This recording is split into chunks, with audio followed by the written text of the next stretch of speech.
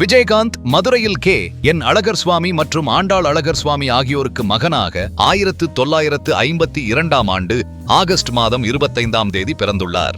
நாராயணன் விஜயராஜ் அழகர் சுவாமி என்ற இயற்பெயர் கொண்டுள்ள இவர் தமிழ் சினிமாவில் விஜயகாந்த் என்ற பெயரில் அறியப்படுகிறார். இவர் தமிழ் திரையுலக பிரபல முன்னணி முக்கிய நடிகர், தயாரிப்பாளர், இயக்குனர் மற்றும் தமிழக சட்டசபை அரசியல்வாதியும் ஆவார். விஜயகாந்த் இதுவரை தமிழ் படங்களில் மட்டுமே நடித்துள்ளார்.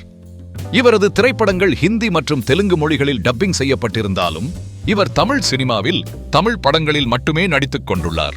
இவருக்கு தமிழ் சினிமாவில் புரட்சி கலைஞர் என்னும் பட்டம் உண்டு. இவர் சினிமாவில் நடிகனாக வேண்டும் என்று மோகத்துடன் சென்னைக்கு வந்தார். பல கஷ்டங்களை கடந்து 1979ஆம் ஆண்டு அகல் விளக்கு என்ற படத்தில் மூலம் அறிமுகமானார். இவர் தொடர்ச்சியாக பல படங்களில் நடித்து புகழ் பெற்றுள்ளார்.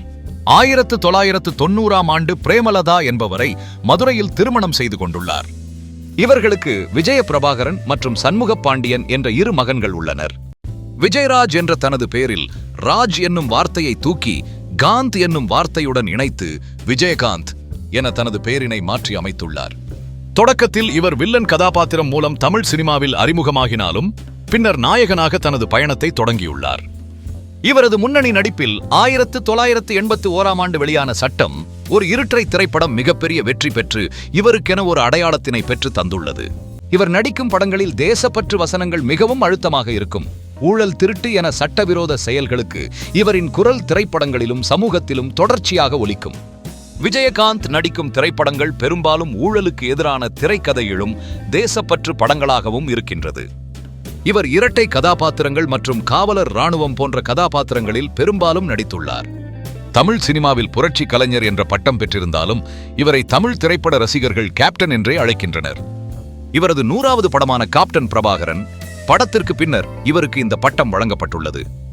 இவரது நடிப்பையும் நாட்டுப்பற்றையும் பாராட்டி தமிழக அரசு திரு விஜயகாந்த் அவர்களுக்கு கலைமாமணி விருது, MGR விருது, சிறந்த தமிழ் திரை நட்சத்திரத்திற்கான பிலிம்பேர் விருது ஆகிய விருதுகள் வழங்கப்பட்டுள்ளது.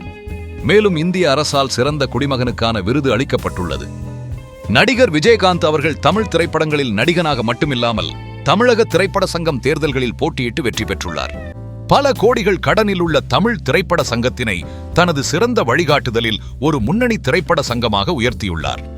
நடிகர் விஜயகாந்த் தமிழ் சினிமாவில் தனது தேசப்பற்று வசனங்கள் மூலம் பிரபலமான இவர் அரசியலிலும் தனது பங்களிப்பினை கொடுத்துள்ளார். தேசிய முற்போக்கு திராவிட கழகம் என்ற பெயரில் தனக்கென ஒரு கட்சியினை தொடங்கி புகழ் பெற்றுள்ளார். இவர் 2006 மற்றும் 2011ஆம் ஆண்டு நடைபெற்ற தமிழக சட்டமன்ற தேர்தலில் போட்டியிட்டு வெற்றி பெற்றுள்ளதாக குறிப்பிடப்படுகிறது. 2023 டிசம்பர் மாதம் 28ஆம் திகதி உடல்நலக் குறைவு காரணமாக மருத்துவமனையில் அனுமதிக்கப்பட்டு சிகிச்சை பலனின்றி உயிரிழந்துள்ளார். 1978ஆம் ஆண்டிலிருந்து தமிழ் திரைப்படங்களில் நடிக்கத் தொடங்கிய விஜயகாந்த் இதுவரை 153 படங்களில் நடித்திருக்கிறார்.